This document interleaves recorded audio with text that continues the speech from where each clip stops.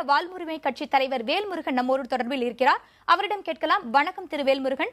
ஓய்வு பெற்ற சிறைத்துறை அதிகாரி ராமச்சந்திரனோட கருத்தை நீங்க எப்படி பாக்குறீங்க? கண்டிப்பாக 10 ஆண்டு காலத்திற்கு மேலாக அவருடைய நேரடிய கட்டுப்பாட்டில் திரு பேரறிவாளர்கள் சிறைவாசியாக இருந்து வந்திருக்கிறார். அவர் சொல்லுகிறார், அவர் எப்போதும் படித்துக் கொண்டே இருப்பார், எழுதி கொண்டே இருப்பார். சிறையில் எந்தவித ஒரு குற்ற நடவடிக்கையில் அவர்கள் ஈடுபடவில்லை என்பதை தெளிவாக ஒரு காவல்துறை கண்காணிப்பாளராக இருந்தும் சிறைத்துறையுடைய டிஐஜியாக இருந்தும் அந்த உயர்ந்த பதவியை வைத்து அவரே அதற்கு நற்சான்று கொடுக்கிறார். கண்டிப்பாக அந்த நற்சான்று அடிப்படையிலே நன்னெடுத்த விதிகளிலே கடந்த காலங்களில் என்னால் சட்டப்பேரவை உறுப்பினர்கள் கோரிக்கை வைக்கப்பட்டு நூற்றுக்கணக்கான ஆயுள் சிறைவாதிகள் வெறும் 7 ஆண்டுகளிலே விடுதலை செய்யப்பட்டிருக்கிற வரலாறு தமிழ்நாட்டிற்கும் உண்டு, பக்கத்தில் இருக்கிற கேரள மாநிலங்களுக்கும் உண்டு, இதர மாநிலங்களும் உண்டு. ஆனால் நம்முடைய புதிய தலைமுறைக்கான பிரத்யோக நேர்முக கலந்து கொண்ட டிஐஜி அவர்கள் சொன்னது போல் கண்டிப்பாக பேரறிவாளன் வழக்கை தனிப்பட்ட முறையில் மத்திய அரசு கையாள்வது ஏற்புடையதல்ல. அவர் சொல்லுகின்ற அத்தனை கூறுமே நியாயமான கூறு. அந்த கூற்றை ஏற்றுக்கொள்கிறோம். காரணம், இந்த வழக்கை விசாரித்த சிபிஐ புலனாய்வு அதிகாரி கார்த்திகேயன் அவர்களில் தொடங்கி திரு தியாகராஜன், திரு ரகோத்தமன் உள்ளிட்ட அனைத்து சிறப்பு அதிகாரிகளுமே பேரறிவாளன் உள்ளிட்ட இவர்களை விடுதலை செய்யலாம் என்கிற கருத்தை தான் சொல்லியிருக்கிறார்கள்.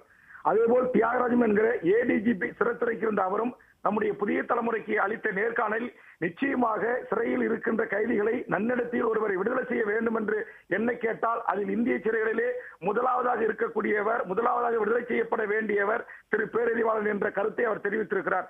ஆனால் இந்த கருத்துக்களை எல்லாம் கொஞ்சம் கூட கருத்திலே உள்கொள்ளாமல் மத்திய அரசு இந்த தமிழர்களுடைய இந்த தூக்கு விஷயத்திலும் இவர்கள் சிறையிலே இருந்து செத்து மடிய வேண்டும் என்கிற அடிப்படையில் உச்சநீதிமன்றத்தில் மனு தாக்கல் செய்வது என்பது நிச்சயமாக ஏற்புடையது அல்ல. இந்த வழக்கில் இவர்களுக்கான தீர்ப்பை, அதாவது தூக்கு தண்டனையை உறுதி செய்த திரு KT தாமஸ் கூட இவர்கள் விடுதலை செய்யப்பட வேண்டும் என்கிற கருத்தை தான் கூறியிருக்கிறார்கள். மூத்த வழக்கறிஞர் திரு கிருஷ்ணகிரி அவர்களும் இதைத்தான் கூறியிருக்கிறார்கள். நீதிபதியாக இருந்த திரு சுரேஷ் அவர்களும் இதைத்தான் கூறியிருக்கிறார்கள். மூத்த வழக்கறிஞர் திரு ராம்ஜெத்மாலி அவர்களும் இதைத்தான் கூறியிருக்கிறார்கள்.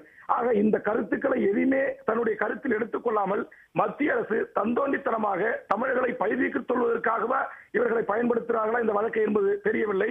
தமிழ்நாடு அரசு மக்களால் தேர்ந்தெடுக்கப்பட்ட அரசு, மக்களுடைய சட்டமன்றம், தமிழக அமைச்சரவை ஒரு முடிவெடுத்து அறிவித்து அதற்குரிய அறிவிப்பினை அல்லது ஒரு கலந்தாலோசனையை செய்வதற்கு கடிதம் எழுதிய போது அதையும் கருத்திலே கொள்ளாமல் கடந்த கால காங்கிரஸ் அரசு என்ன நிலைப்பாட்டை எடுத்ததோ அந்த நிலைப்பாட்டை விட சற்று கடினமாகவே நிலைப்பாட்டை எடுக்கக்கூடிய ஒரு அரசாக பாரதிய ஜனதா அரசு, மத்திய அரசு இந்த உச்சநீதிமன்றத்தில் மனு தாக்கல் செய்வது என்பதும், தூக்கு தண்டனைக்கு எதிராக மனு தாக்கல் செய்வது என்பதும், தற்போது இவர்கள் நிரந்தரமாக சிறையிலே இருந்து மடிந்து போக வேண்டும் என்கிற அடிப்படையில் மனு தாக்கல் செய்வது என்பதும் நிச்சயமாக ஏற்றுக்கொள்ளப்படுவதில்லை.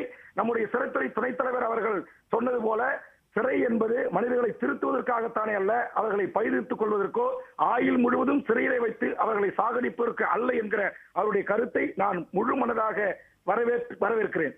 திரு வேல்முருகன், ஓய்வு பெற்ற அதிகாரிகள் ஓய்வு பெற்றதுக்கு அப்புறமா இது மாதிரியான ஸ்டேட்மெண்ட் கொடுக்குறாங்க இல்லையா? இப்படி கொடுக்கும்போது அவங்களுடைய நம்பகத்தன்மை மீது ஒரு கேள்வி எழுது. இதை நீங்க எப்படி பாக்குறீங்க? இல்ல, கண்டிப்பா நான் அதை மறுக்கிறேன். உங்களுக்கு தெரியும், இந்திய அரசியலமைப்பு சட்ட பிரகாரம் குறிப்பாக நீதிபதியாக இருக்கின்றவர்களும் சரி, IAS IPS போன்ற உயரதிகாரிகளாக இருப்பவர்கள் தான் இந்த பேரறிவாளன் வழக்கை குறித்து தங்களுடைய கருத்துக்களை தெரிவித்து வருகிறார்கள். அந்த பதவிக்கும் கண்ணியத்திற்கும் இந்திய அரசியலமைப்பு சட்டன்பால் எடுத்துக்கொண்ட உறுதிமொழிக்கும் இணங்க அந்த பதவியில், அந்த சிம்மாசனத்தில் அவர்கள் அமர்ந்திருக்கின்ற போது அது போன்ற கருத்துக்களை அவர் சொல்வதற்கான வாய்ப்புகள் நம்முடைய இந்திய அரசியலமைப்பு சட்டத்தில் வழங்கப்படவில்லை. ஆதலால் தான் ஓய்வு பெற்ற பிறகு அவர்களை இவர்கள் பல முனைகளில் கண்காணித்திருக்கிறார்கள். இன்றைக்கு 1/4 நூற்றாண்டு காலத்திற்கு மேலாக தூக்கு கையில் எப்போது தன் கையிற்றில் இருக்கும், நாம் எப்போது இறப்போம் என்று சொல்லாமல் அணுவாக துடிதுடித்துக் கொண்டிருக்கிற, அந்த மரண வேதனை அனுபவித்துக் கொண்டிருக்கிற அந்த சிறை கைதியை கண்காணிப்பதும் அவருக்கான நன்னடத்த விதிகளை அரசுக்கு எழுதி அனுப்புகிற இடத்தில்தான் நம்முடைய சிறைத்துறையினுடைய ஓய்வு பெற்ற அதிகாரி திரு ராமச்சந்திரன். உங்களுடைய தகவல்களுக்கு நன்றி திரு வேல்முருகன்.